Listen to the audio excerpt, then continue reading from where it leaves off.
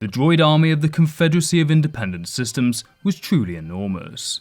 Some estimates put the number of droids in the quintillions. That's 20 to 30 battle droids for every man, woman and child in the entire galaxy. However, despite this massive numerical advantage, the droid army was beaten by the Republic, largely because the Separatist Council relied far too heavily on the crude and ineffective B1 battle droid. But this didn't need to be so. As well as sheer numbers, the CIS had the additional advantage of specialisation, whereby certain droids were extremely effective in certain military scenarios. So what other options did the Separatists have? In today's video, we will explore some of the lesser known but terrifying droids that very well may have won the CIS the Clone Wars. The first droid on this list is possibly the most deadly. Making its debut in Legends before appearing in the Book of Boba Fett, some have described this droid as the older brother of the droider. Armed with extremely powerful rapid-fire laser cannons, these droids were a clone's worst nightmare. The Scorpionneck Annihilator droid was also fitted with a very powerful deflector shield generator. As we saw in the Book of Boba Fett, even the legendary Darksaber could not break through its formidable shield. This droid was particularly effective when regular droider cars positioned themselves within the Annihilator's shield, essentially forming an invincible turret.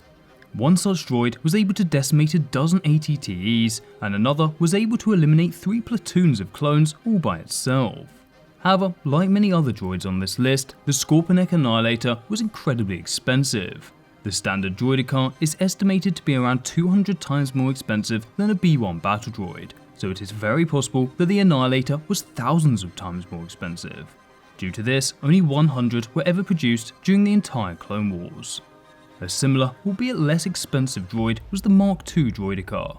These droids had nearly twice the number of blaster cannons than the standard droider car, as well as slightly more powerful shields. But more importantly, these droids could switch between regular blaster cannons and ion cannons. This was important as regular droider cars were often vulnerable to being targeted by tanks and artillery, which were largely unaffected by their blaster cannons. But using their ion cannons, Mark II droider cars could quickly race within range of an enemy vehicle and destroy it using their ion cannons. As these units were less expensive than most tanks, this would have made them very useful during a drawn-out war of attrition with the Republic. The next droid we will discuss in this video is, in my opinion, the most useful, as it was not only highly effective, but it was also cheap and had the potential to be mass-produced on a scale similar to B1 or B2 battle droids. The B1A air battle droid's design shared similar elements with the B1 series battle droids, although it was heftier in appearance and bore close resemblance to the B2 super battle droid. Each of these droids came equipped with 2 short blades, arm-mounted firearms and a shield capable of repelling lightsabers and other weaponry. Additionally, an integrated repulsor pack granted them the ability to fly above combat zones. This feature enabled them to pester Jedi and clone troopers from afar, then swiftly close in on them wielding their blades. Despite plans to produce these droids in large numbers, they weren't without flaws. A vulnerable spot on their wings made it easy for clone troopers to target and bring them down. Nonetheless, with some minor adjustments, I'm convinced that these droids could have significantly shifted the war's trajectory, offering a superior advantage with their flying capabilities compared to the standard B1 battle droid. Next up, we have the B3 battle droid. The upgrade to the B2 battle droid, the B3 truly had the potential to turn the tide of the war. In fact, Palpatine was so concerned that it could lead to a separatist victory that he leaked the location of their factory's whereabouts to the Jedi Order. The standard B3 was based on the B2 battle droid model. However, it was much larger and more well armed than the B2, and it had considerably thicker armour. The B3 featured 2 main arms. The right arm had a tight spray flamethrower and the left arm featured a broad spray cannon. There were also 2 rapid fire blasters on 2 smaller secondary arms underneath the larger limbs. If this wasn't already enough, a missile launcher was installed into its left shoulder. The model also included a density projection unit, which raised the weight of the droid to 20 times its original weight. This made it almost impossible to force push or pull without significant skill. There was also a variation of this battle droid which was coated with cortosis. The CB3 had less weaponry than the standard B3, but the cortosis made it impervious to lightsaber attacks.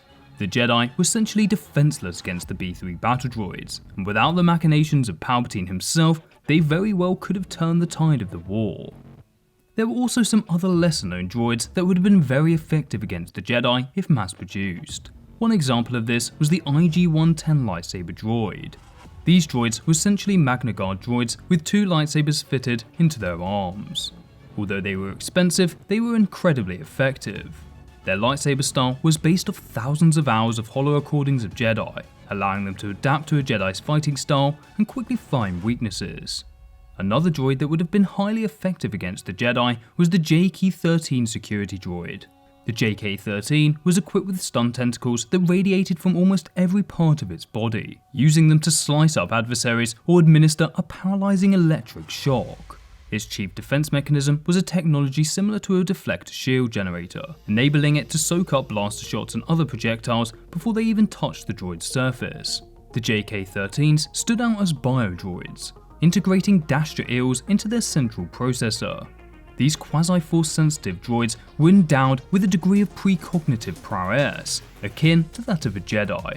It was believed that if these droids had been successfully mass-produced, they would have been one of the most dangerous in the entire CIS army. However, fortunately for the Jedi, the Dastra eels were physically incapable of taking another being's life without going insane, preventing these droids from being deployed en masse. Next up, we have the HK77 Droid. Those of you that have played the Knights of the Old Republic will probably be very familiar with its predecessors, most notably HK47. HK77 was meant to be the most advanced HK droid yet, integrating blaster rifles directly into its arms. Like other HK droids, it contained sophisticated programming and an assortment of weaponry which would have allowed it to excel in Jedi hunting. However, unfortunately for the CIS, its designs were not finished until after the Clone Wars. Another similar specialised and highly effective assassin droid was the V2 Commando Droid.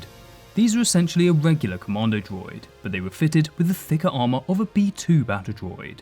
Like regular commando droids, they were agile and mainly used for covert operations such as assassinations.